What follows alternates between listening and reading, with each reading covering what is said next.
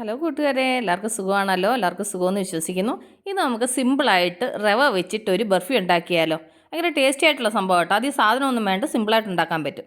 അപ്പോൾ നമുക്കിത് എങ്ങനെ ഉണ്ടാക്കുന്നതെന്നൊക്കെ അതിന് മുമ്പായിട്ട് എൻ്റെ കൂട്ടുകാർ ആദ്യമായിട്ടാണ് എൻ്റെ വീഡിയോ ചാനൽ കാണുന്നതെന്നുണ്ടെങ്കിൽ പ്ലീസ് എല്ലാവരും ചാനൽ സബ്സ്ക്രൈബ് ചെയ്യണം കേട്ടോ. സബ്സ്ക്രൈബ് ചെയ്യണം. അതുപോലെ തന്നെ ബെല്ലൈക്കൻ പ്രസ് ചെയ്തിട്ട് ഓളൊന്ന് കൊടുത്താലേ ഞാൻ ഡെയിലി ഇടുന്ന വീഡിയോ നോട്ടിഫിക്കേഷൻ കിട്ടത്തുള്ളൂ. അപ്പോൾ നമുക്കിതെങ്ങനെ ഉണ്ടാക്കുന്നത്, ഇതിന് വേണ്ടുന്ന സാധനങ്ങൾ എന്തൊക്കെയാണെന്ന് നോക്കാം.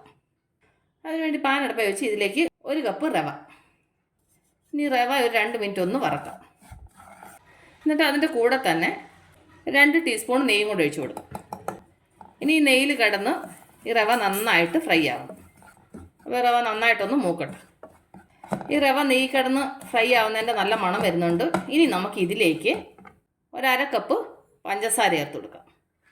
എന്നിട്ട് ഇതൊന്ന് മിക്സ് ചെയ്യാം. എന്നിട്ട് അതിൻ്റെ കൂടെ 1/4 ടീസ്പൂൺ ഏലക്ക പൊടിച്ചത്, എന്നിട്ട് നന്നായിട്ട് മിക്സ് ചെയ്യാം. എന്നിട്ട് ഇതിലേക്ക് 1/2 കപ്പ് പാലും കൂടെ ഒഴിച്ച് കൊടുക്കും. ഈ പാല് നന്നായിട്ട് വറ്റി ഇത് നന്നായിട്ടൊന്ന് ഡ്രൈ ആവും. ഈ പഞ്ചസാരയും കൂടെ നന്നായിട്ടൊന്ന് മെൽറ്റാവും. ഒരു ലോ ഫ്ലെയിമിൽ വെച്ച് വേണം ചെയ്യാൻ. കണ്ടില്ലേ? അപ്പോൾ നന്നായിട്ട് പാനിൽ നിന്ന് വിട്ട് വന്നിട്ടുണ്ട്. ഇതാണ് പരുവം. ഇനി നമുക്ക് സ്റ്റൗ ഓഫ് ചെയ്യാം. എന്നിട്ട് നമുക്ക് എണ്ണ തടവിയ പാത്രത്തിലോട്ട് ഇട്ടിട്ട് ഇത് നന്നായിട്ടൊന്ന് നിരത്താം. നിരത്തുന്ന പറഞ്ഞാൽ ഒരുപാട് കട്ടി കുറച്ചിട്ടല്ല, നമ്മൾ ഈ ബർഫിയൊക്കെ ഉണ്ടാവുമല്ലോ ആ ഒരു കനത്തിന് വേണം. ഇതുപോലെ സൈഡൊന്ന് ഷേപ്പ് ആക്കിയിട്ട് ഒന്ന് പരത്തണം. കണ്ടില്ല? അപ്പോൾ നന്നായിട്ട് പരത്തി നല്ല ഷേപ്പാക്കി വെച്ചിട്ടുണ്ട്. ഇനി ഇതൊരു 20 മിനിറ്റ് നന്നായിട്ടൊന്ന് തണുക്കട്ടെ. എന്നിട്ട് നമുക്ക് കട്ട് ചെയ്തെടുക്കാം. അപ്പോൾ നന്നായിട്ട് തണുത്തിട്ടുണ്ട്. ഇനി നമുക്കിത് ചെറിയ പീസായിട്ട് മുറിക്കാം. ഇത് മുറിക്കുന്നതിന് മുമ്പായിട്ട് ഈ പിച്ചാത്തിക്കകത്ത് കുറച്ചൊന്ന് നെയ്യ് തൂത്ത് കൊടുക്കണം. അപ്പോൾ നമ്മൾ ഈ മുറിച്ച് ഈ പിച്ചാത്തി മുകളിലോട്ട് എടുക്കുന്ന സമയത്ത് അല്ലെങ്കിൽ അതിനകത്ത് പറ്റി പിടിക്കും. ഓക്കെ, അതിന് വേണ്ടിയിട്ടാണ് ഈ നെയ്യ് തൂക്കുന്നത്. ഓക്കെ, ഇനി നമുക്കത് ചെറിയ പീസായിട്ട് മുറിക്കാം. ഇതുപോലെ ചെറിയ, നിങ്ങൾക്ക് ഏത് സൈസ് വേണം അതേ സൈസിൽ മുറിച്ചാൽ മതി കേട്ടോ. ഞാനിപ്പോൾ ഒരു മീഡിയമായിട്ട് മുറിച്ചതാണ്. എൻ്റെ കുറച്ച് ചെറുതും വലുതുമൊക്കെ ആയിപ്പോയി.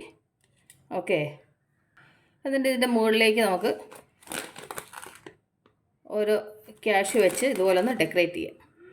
അണ്ടിപ്പരിപ്പ് ഇങ്ങനെ വെക്കണമെന്ന് നിർബന്ധമൊന്നുമില്ല. ഞാൻ പിന്നെ നിങ്ങളെ കാണിക്കാൻ വേണ്ടി ഒരു ഡെക്കറേറ്റ് ചെയ്യാൻ വേണ്ടിയിട്ട് ഞാനിങ്ങനെ ഓരോ പീസ് അണ്ടിപ്പരിപ്പ് വെച്ചതാണ് കേട്ടോ. കണ്ടില്ലേ? അത്ര സിമ്പിളായിട്ട് നമ്മൾ റവ വെച്ചിട്ടൊരു ബർഫി ഉണ്ടാക്കിയെന്നുണ്ടല്ലേ. നല്ല സോഫ്റ്റായിട്ട് നല്ല ടേസ്റ്റി ആയിട്ടുള്ള ബർഫിയാണ്. നമ്മൾ ഈ കടകളിൽ നിന്നൊക്കെ കുഞ്ഞുങ്ങൾക്ക് മേടിച്ച് കൊടുക്കാതെ ഇങ്ങനെ നിങ്ങളും ട്രൈ ചെയ്ത് നോക്കുക. നല്ല ടേസ്റ്റി ആയിട്ടുള്ള സംഭവം കേട്ടോ. അപ്പോൾ എൻ്റെ കൂട്ടുകാർക്ക് ഞാൻ നിങ്ങളുമായിട്ട് ഷെയർ ചെയ്ത ഈ ബർഫി റെസിപ്പി നിങ്ങൾക്ക് എല്ലാവർക്കും ഇഷ്ടപ്പെട്ടാണെന്ന് വിശ്വസിക്കുന്നു. നിങ്ങളെല്ലാവരും ട്രൈ ചെയ്യണം കേട്ടോ. നിങ്ങളെല്ലാവരും ട്രൈ ചെയ്യണം. ട്രൈ ചെയ്ത് നിങ്ങൾക്ക് ഇഷ്ടപ്പെട്ട നിങ്ങളുടെ ഫ്രണ്ട്സിന് ഷെയർ ചെയ്യുക, ലൈക്ക് ചെയ്യുക, വാല്യുബിൾ കമൻറ്റ്സ് ഇടുക. അപ്പോൾ നാളെ നമ്മൾ രുചികരമായ പുതിയ വീഡിയോ പുതിയ റെസിപ്പിയുമായി നാളെ നമ്മൾ വീണ്ടും കാണും വരെ ടേക്ക് കെയർ. ബൈ.